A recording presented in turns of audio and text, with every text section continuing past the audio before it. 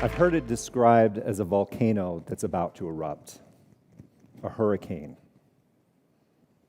like slow dancing, barefoot on broken shards of glass, like trying to hold back the ocean with a broom. War, the plague, like being drawn and quartered. These are just a few examples of thousands of metaphors I've collected about conflict. What's conflict like for you? Your metaphor matters because it often reflects how you think and feel about conflict. So it makes sense that if you think conflict is the plague, you'd probably want to avoid that and avoid everybody else that has it too. If it's like trying to hold back the ocean with a broom, I would imagine that feels frustrating and futile. So what do you do when the waves just keep coming? Because conflict washes ashore in all of our relationships, at home, at work, in our neighborhoods. You've probably already been given advice on how you should deal with it. Communicate. But sometimes talking about it seems to make it worse. Don't go to bed angry. So you stay awake and now you're angry and tired. Or you just have to learn to compromise. But if your compromise has ever felt like you don't get what you want, I don't get what I want, but at least together we're mutually miserable. Now, I'm sure all of this advice is well-intentioned, but it treats conflict as if it's a problem. What if conflict isn't a problem? What if it's a solution? What if it's not negative, but full of beauty? After 15 years of studying, researching, teaching, and training in conflict, I've learned to see it differently. I've been able to see the power it has to transform us, our relationships, and the world around us. It can be difficult, though, to create that change. And it means we have to start looking at conflict differently. No matter how negatively you think about conflict right now, it is possible to change that. It takes 3 keys in order to do that. The first is to recognize what our conflict is really about. I have a 4-decade-long history of fighting about the dishes. When I was a kid, I hated doing dishes, and I fought with my parents and my siblings on nearly a weekly basis about whose turn it was. When I got to college, I fought with my roommates about the dishes because sometimes they'd go home for the weekend and they'd leave behind their dirty dishes with their half-eaten burritos with congealed ketchup and bowls of funky fermenting green Lucky Charm milk in the sink. When I got married, I fought with my wife about how you're supposed to do the dishes and if it even counts as doing dishes if you don't rinse the sink out afterwards. With my own kids, I've fought about the dishes, about them not dirtying 15 cups a day because they get a new one every single time they get a drink of water, and trying to get them to help load and unload the dishes. I mean, maybe I'd have just switched to paper plates. But maybe it's not about the dishes. As I think back, as a kid, it wasn't about the dishes, it was about independence, wanting to make my own decisions. With my roommates, it wasn't about the dishes. It was about wanting to feel respected and wondering if they valued the relationship the same way that I did. With my wife, it's not about how I do the dishes. It's wanting to feel competent and likable no matter how I do them. With my kids, it's not about the dishes. It's about my identity as a father, trying to teach them respect and responsibility. You see, conflicts are a lot like icebergs. What we see on the surface may seem small, but what's underneath can send boats like the Titanic to the bottom of the ocean. And if I don't pay attention to what's underneath my own conflicts, it can rip holes in my relationships. Conflict is about so much more, about our identity, our relationships, the things that really matter to us.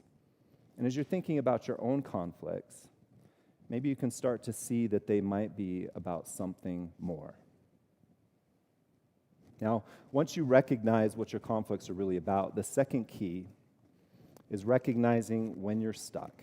Now, I am no stranger to being stuck in conflict. I started learning about conflict because I was terrible at it. Well, a couple of years ago, I asked my 4-year-old daughter to put away a couple of hair pretties that she had gotten out. You know, hair pretties, like little bows and rubber bands, stuff you put in your hair to make it pretty. So she took them, but she chucked them on the floor of the bathroom. And I said, you can't just put them there on the floor. You need to pick them up and put them in the tray with the rest of the hair pretties. She said, I don't want to put them in the tray. I don't want to do it. And I said, you got them out. You have to put them away. She said, I don't want to. She started throwing a fit. So she's laying on the floor. So I get down on the floor next to her, and I put the little hair pretties right next to her hand, and I bring the tray over, and I'm just like, you just put them in the tray. Okay? And she said, I don't want to, and flips the tray. 20 more hair pretties go flying over the floor. So I'm like, line in the sand. You're not coming out of this bathroom until you pick up all the hair pretties. So she tries to rush past me. I block the door with my gigantic body, and she's flailing at me with her tiny little fists. And then 20 minutes later, I'm at the door trying to explain to my neighbor, who has brought a plate of cookies to welcome us to the neighborhood, why my daughter is screaming, trying to climb over a mattress that I've used to block the bathroom door. Now, that may be entertaining for you, but at the time, for me, not so much. Like, I was stuck. That was not working very well for me. Have you ever been in your own conflicts and thought, this is not working so well for me? See, the thing that gets me stuck there is justification. And justification is believing that I'm blameless. And it's so seductive. Because in conflict, if I'm blameless, then I don't have to do any of the work to change. I'm not the one that needs to change. Somebody else needs to change. And it keeps us stuck. As you think about your own conflicts, do you ever feel justified but stuck? You know, again, that might feel nice in the moment, but in the end, it's pretty dissatisfying. It keeps us doing the same conflicts over and over again, and nothing changes. You can get unstuck. If it's not working for you, you can find a different way. The third key in unlocking the beautiful, transformative power of conflict is to start learning to speak responsibly. To have those kind of conversations where we can create change in ourselves, in our relationships, in the world around us, it requires vulnerability, ownership, communication, acceptance, boundaries. It's hard work, though. It can be as hard as trying to learn a new language. I've created the acronym VOCAB to help you in those moments to think about how you can be responsible in your conflict, how you can create the change that you want. And it starts with vulnerability.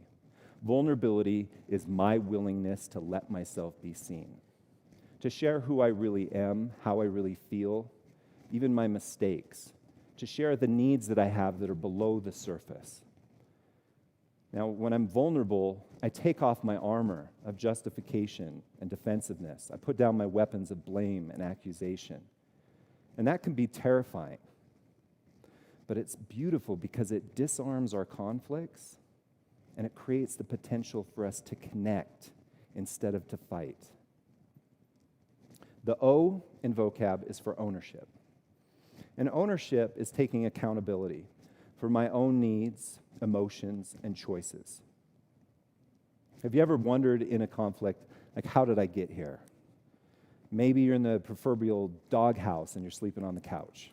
Or maybe your conflicts have escalated into the ridiculous and you have a mattress blocking the door of your bathroom. The beauty of ownership is when I look at my choices and my emotions in my conflicts, it starts to help me map the contributions that I make. I can see how I got here. I can see exactly which direction I'm headed. And if that's not working for me, it empowers me. I can shift direction. The third thing you need, and at the center of VOCAB, is our communication. We have to learn to ask, listen, and express. It's not enough that we communicate. It matters how we do it. So I had to learn to stop telling stories that ended with a period. I had to start asking questions, the kind of questions that help me understand what's underneath the surface of this conflict, to help me understand the emotions and needs. After I ask, I can listen. Not listening for the other person to make a mistake or for me to get defensive, but to listen to what's really important here, to hear their requests for change. And after listening, I can then express, not just anger, but express with vulnerability and ownership how I really feel, what I want, what's important to me. And these conversations where I start to ask, listen, and express, they're so beautiful because they can create empathy and a different type of conversation. The A in VOCAB is about acceptance. And acceptance is embracing reality and letting go of what we can't control. There's very little that I can control in conflict. I can't even get my 4-year-old daughter to pick up 3 hair pretties. I often want to control how the other person feels and how they behave, but I have to let that go. I also have to recognize that because conflict is about change, there's going to be some loss involved. And sometimes it's just the loss of an idea. Once upon a time, I thought the relationships were supposed to be happily ever after. But the truth is, all relationships have conflict. And until I let go of that fairy tale and embrace the reality of my relationships, could I do anything when those difficulties came? Finally, the B in VOCAB is for boundaries. And boundaries are ground rules for acceptable behavior. Boundaries let other people know what I'm okay with and what I'm not okay with. This is important because even though it's difficult to say no and disappoint somebody, no is the foundation of trust. As a mediator, my role is to help people who are stuck in conflict to have a different kind of conversation. And the way we often begin that is by setting rules for how we're going to interact. It usually involves things like the parties determining we're not going to call each other names. We won't raise our voices. We're going to keep this conversation confidential. And the beauty of that is setting those boundaries and respecting them creates the foundation for trust. Now, understanding VOCAB, seeing how that works, isn't going to cure your conflicts. It's still difficult to do, and I still get stuck in justification. But when I practice it, just like practicing a new language, I become more fluent. And it's important because that is what creates the changes that I want in myself, in my relationships, and in the world around me. When my oldest daughter turned 6 and started the first grade, there started to be a lot of interactions with her sisters that ended with tears and yelling. She started to be kind of harsh. I mean, she'd always liked to be in charge, but she was kind of bossing her sisters around a lot. So I tried to put a stop to it. I lectured her on kindness, and nothing changed. I yelled at her. Nothing changed. I gave consequences and punishments, and it continued for weeks on nearly a daily basis. And I felt stuck. I didn't know what to do, and it was frustrating. Until one evening, I started practicing VOCAB and creating a conversation for change. As I was tucking her into bed, I kneeled down next to her, and I called her name softly, and I said, I don't know how to be the dad of a 6-year-old. I've never done this before. But I've been worried and sad. I don't know what's been going on between us and between your sisters. And I hate that I've yelled at you. I have to own that. I don't want that. What I want is for us to be able to talk with each other, even when it's hard. I want us to have a good relationship. And I want to understand what's happening for you. Can you help me understand? And she said, I don't know, and crawled under the covers. So I worked on keeping my heart open. I laid next to her. I tried to breathe in and let go of my desire to have her respond. And then I had the air ripped out of me when I heard her say, Dad, have you ever been bullied? And for weeks, she'd been dealing with a bully at school and hadn't known what to do about it, how to talk about it.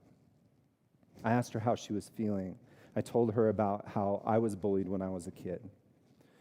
We discussed how she could set boundaries with kids at school. We talked about how do we want to communicate in the future? How do we deal with these hard emotions when they come? And that conversation changed me.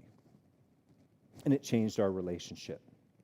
And it empowered us to continue creating the changes we wanted in the world around us. I no longer see conflict as negative. It's my chrysalis of change. It's a doorway of opportunity. It's the first ray of light after a dark night. What do you want it to be for you?